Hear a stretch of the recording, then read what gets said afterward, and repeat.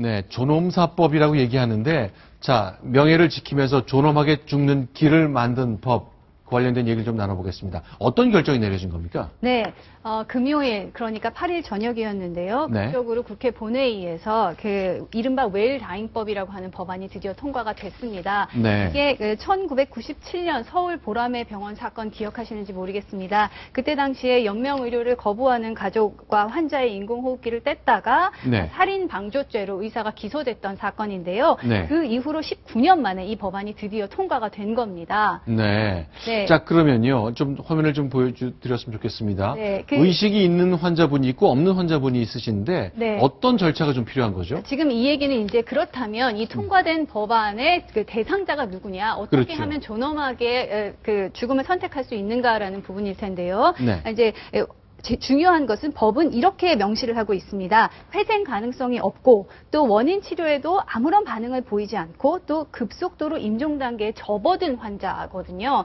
그러니까 네. 이제 임종만 기다리면서 연명 치료 자체가 무의미한 환자의 경우인데요. 네. 의식이 있는 환자의 경우에는 의사와 함께 사전에 연명 의료 계획서라는 것을 직접 작성합니다. 이게 무슨 뜻이에요? 네, 무슨 얘기냐 하면 내가 존엄한 죽음을 선택하겠다. 무의미한 상태가 왔을 때 이런 연명 치료는 받지 않겠다라는 의사를 표현하는 거고요. 네. 그러면 그 경우에 호스피스는 어떤 식으로 받을 것이고 마지막으로 죽음과 네. 관련된 어떤 그 의료는 어떻게 할 것인가를 의사와 함께 작성해서 의사를 분명히 한다는 의미입니다. 네. 그러면 의식이 없는 환자, 예를 들어서 갑자기 사고를 당했거나 미처 사전에 연명의료 계획서를 작성하지 않은 사람은 어떻게 그렇죠. 되느냐가 궁금하실 텐데요. 그 경우에는 가족 2명 이상의 진술, 그리고 의사 2명의 확인이 있으면 가능한 것으로 되어 있습니다.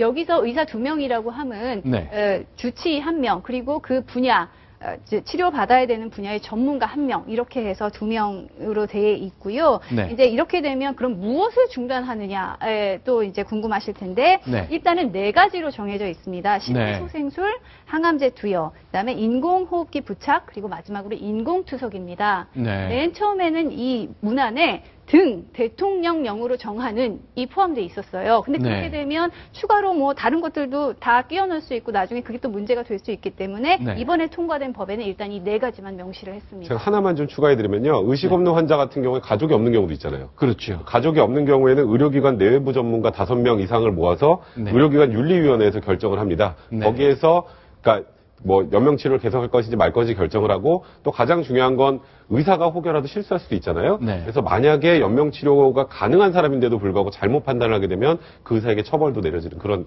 법입니다. 네. 알겠습니다. 18년 만에 만들어진 이 법안인데, 자, 이 법이 통과됐기 때문에 가족들께서는 상의를 좀 해야 되는 상황이 좀 많이 생길 수도 있겠네요. 좋은 선택이 꼭 내려져야 될 것 같습니다. 자, 저 잠시 후에는요, 채널A 종합 뉴스가 이어집니다. 저희 주요 내용은 이렇게 구성했습니다.